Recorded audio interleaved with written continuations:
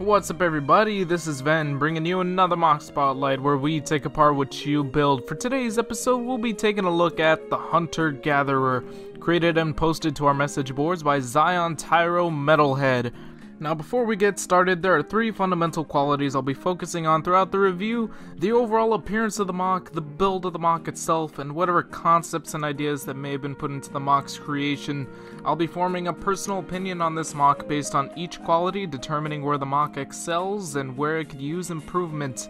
So without further ado, let's get this going. Now this right here is a really unique build. Now in the MOC Spotlight, you'll often see that most of the MOCs are created out of Bionicle and CCBS elements and whatnot, and the reason why is because it tends to be the one thing that I find the most on the message boards. It's actually a rarity to find a MOC that isn't based mostly on Bionicle, especially when the MOC utilizes CCBS. They usually go hand in hand. So I looked at this MOC first glance and I was like, wow, finally, someone just created a dude. It's not some Bionicle Toa or Makuta or some kind of mechanical looking creature. It's a straight up dude with distinguishable human features like hair and clothing and realistic human proportions. It comes off looking really natural with all the technical parts and bones completely covered up, making it look even more fleshed out, literally. He's got all these tan parts on the upper body to represent his skin.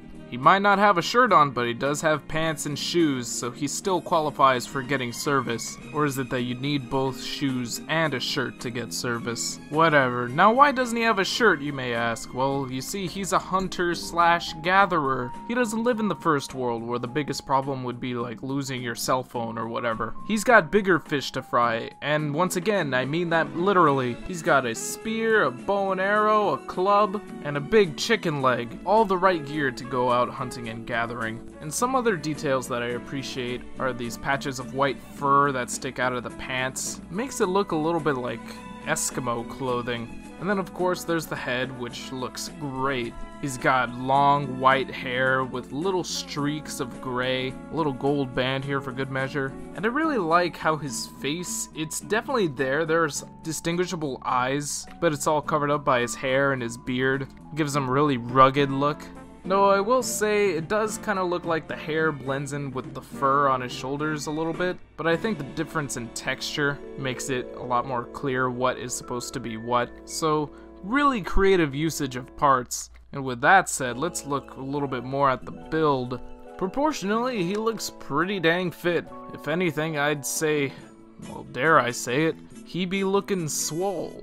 Look at these pecs, man. The CCBS shells provide great coverage all around, but it also may limit his articulation here in the elbows, as it may be covering up a little bit too much. A little hard to tell. There aren't any pictures of this guy in any other pose, really, but I could see that being a little bit restrictive, as well as with the shoulders being covered up by the fur pieces, this thing around his neck that makes it look like he's wearing an animal hide. It's honestly fascinating to see how well this MOC captures a fit human male body. Now all in all, I think this is a really cool idea for a MOC. It looks like it was really challenging to pull off, and in the end it was pulled off quite well. At first glance I knew exactly what this was supposed to be, and even though it's made out of parts that are usually used for these big, more robotic, mechanical style builds, yeah, with this build, it's clear that it's supposed to be just some natural human being with flesh, muscle, and bones and all. And I'm intrigued to know how exactly the builder managed to fit all of these shell pieces together so seamlessly, to a point where you can't even see some of the more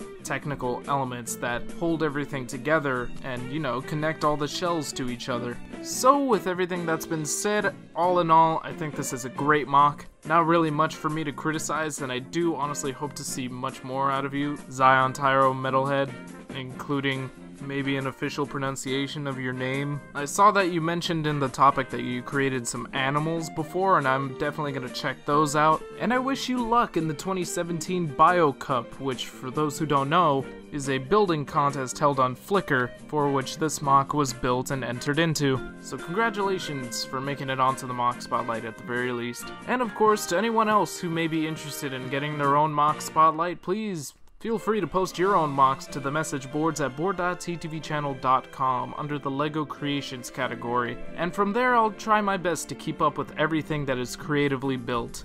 So until then, I thank you guys for watching, and I'll see you all next time.